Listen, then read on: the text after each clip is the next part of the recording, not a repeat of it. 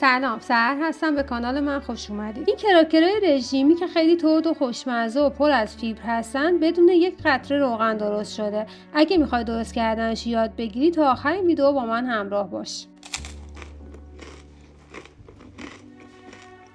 اول از همه 70 گرم تخم کتان و 40 گرم مغز تخم کدو داریم که برای چسبندگی بیشتر و انسجام موادمون تقریبا 50 گرم از تخم کتان و نصف تخم آفتابگردون رو آسیاب میکنیم.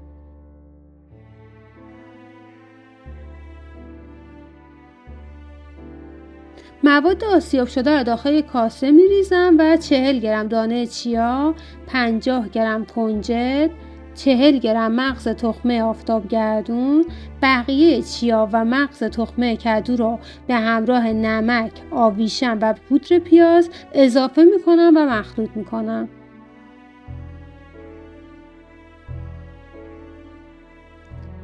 دویست و 30 گرم آب جوش داریم که اینجا کم کم موادم اضافه میکنم و هم میزنم تا زمانی که به اون غلظتی که میخوام برسم. دقت کنید حتما از آب جوش استفاده بکنید و میزان آب هم تقریبی هستش.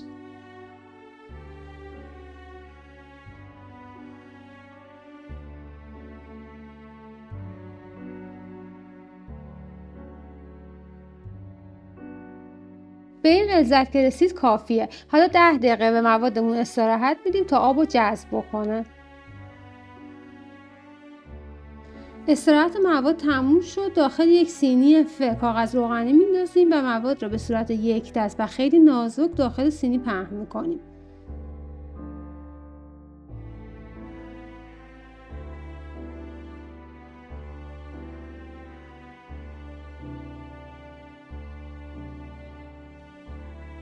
وقتی مواد رو به این شکل پهن کردید با کاتر یا هر وسیله که دارید به این صورت به قطعات کوچیک تقسیمشون کنید.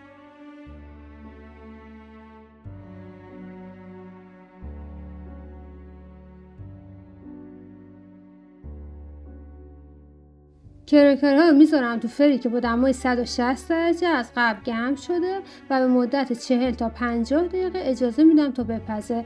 یه نکته خیلی مهم اینه که 10 دقیقه آخر حتما در فر یک مقداری باز بذارید تا رطوبت خارج بشه و کراکرها تردتر بشن. کراکرهای رژیمون آماده است. این کراکرها فوق‌العاده ترد و خوشمزه هستن و برای میانورده یا صبحونه عالی‌ان. امیدوارم که درست کنید و از خوردنش لذت ببرید. ممنون از اینکه تا آخر این ویدیو با من همراه بودید. ممنون میشم با لایک و سابسکرایبتون از کانال من حمایت کنید.